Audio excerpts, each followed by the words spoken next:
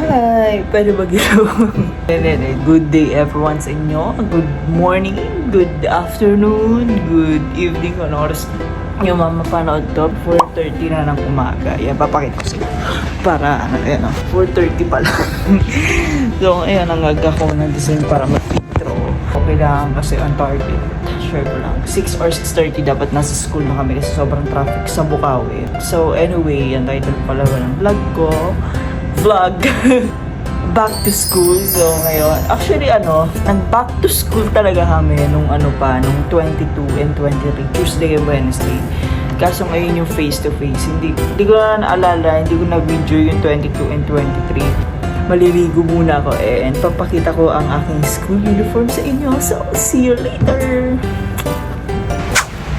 I'm back! So, ngayon papakita ko sa inyo ang aking school uniform.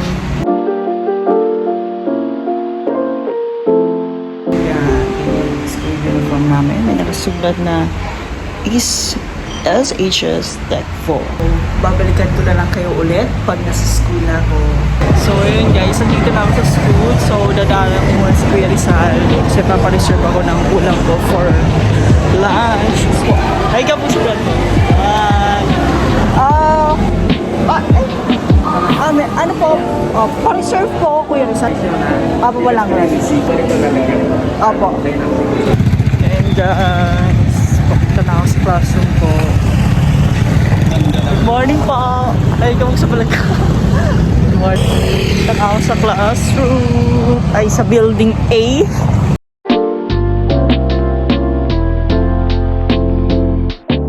Hola! I'm back again. So, ngayon papunta na kami sa canteen kasi recess ngayon. Hi, Kabi, Patrick, hi ka rin, Ay, mayayain kasi siya. Kaya, balik na lang ako kapag nasa bibilan na ako ng food ko. And guys, pakita ko sa inyo yung canteen namin dito sa senior high. Ito yung first stall. Tapos may second stall dito. Ako sa third. Hi guys.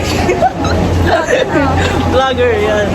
Then meron din kaming potato corner dito. Potato corner dito. Vlogger din. Ay, vlogger? Ay, nag-vlogger ako ng ano niya. Dami ng pera. Tapos ito.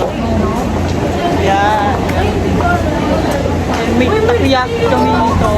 And bago to, bagong bukas dito yan. Happy Donuts.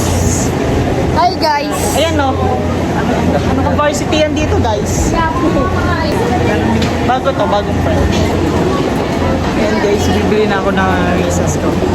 Papili po ako ng saucer bun. Thank you po. Mag-recess na ako. Ayan bestseller to dito sa senior high school. Dito yan nabibili. Sarap to. Saucer bun. So, chocolate flavor yung palaman. Ayan guys, punta ako kay Ate Glo. Hi ka po sa vlog ko, Ate Glo. Hi ka po sa vlog ko. Ayan. Ate po. Ay, nagpa-vlog ka? Opo, ngayon lang po. Wala po kayo Ano? Ayun pala, lumpia. Lumpia po ba? Ay, opo. Ay, dalawa na po pa. Business ko rin yan guys. Yan po, si Ate Glo. Yan po bilihan po dito. Sinasabi po nung namin, mag-CR kami, pero dito kami. Mukhang CR na ako. Yun po. Togi pala yan. Yan to.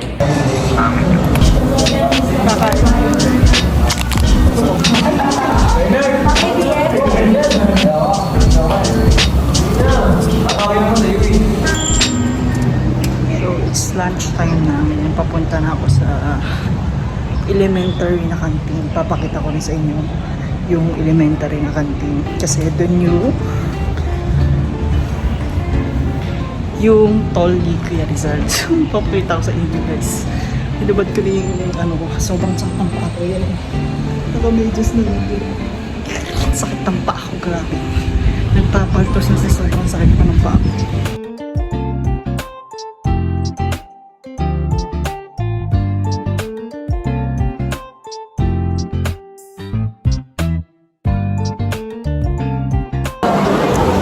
So, yan, nakuha ko na yung food ko kay Kuya Rizal. So, hindi ko na na-video yung pagkuha ko, pero Ito pagbukas ko, bibidyo ko. Pakita ko sa inyo kung ano yung in-order ko.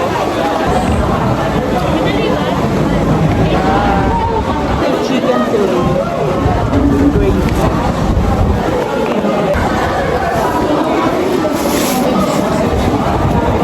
Sarap.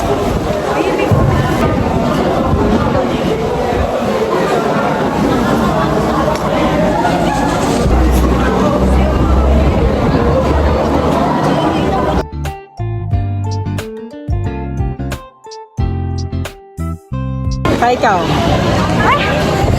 Ay ka rin sa vlog ko. Ay kayo. Hi to my vlog. Uwian na. Yung ano. Uwian. Uwian na to.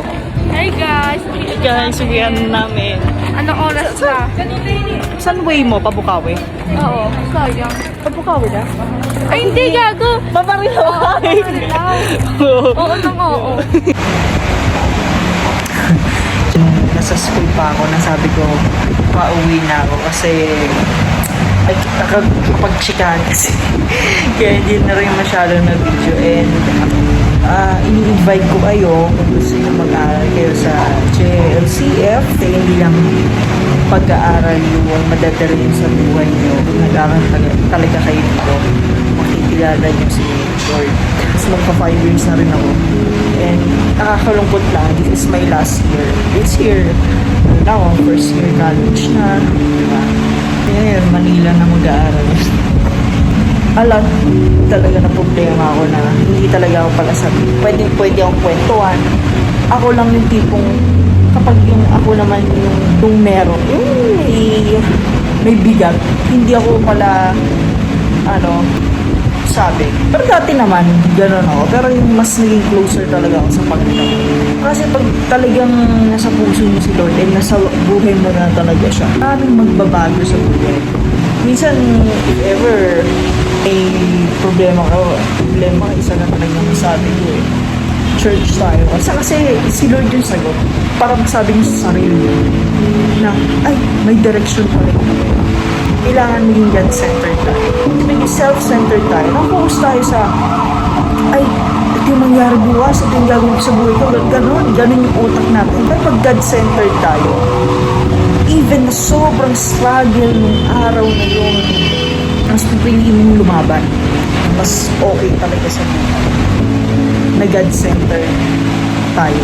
Pag self-centered ka, iisipin mo, may problema na yun. Ayun yung magpapahila sa akin. God-centered ka. Ay, ito problema na to. Basic na to eh.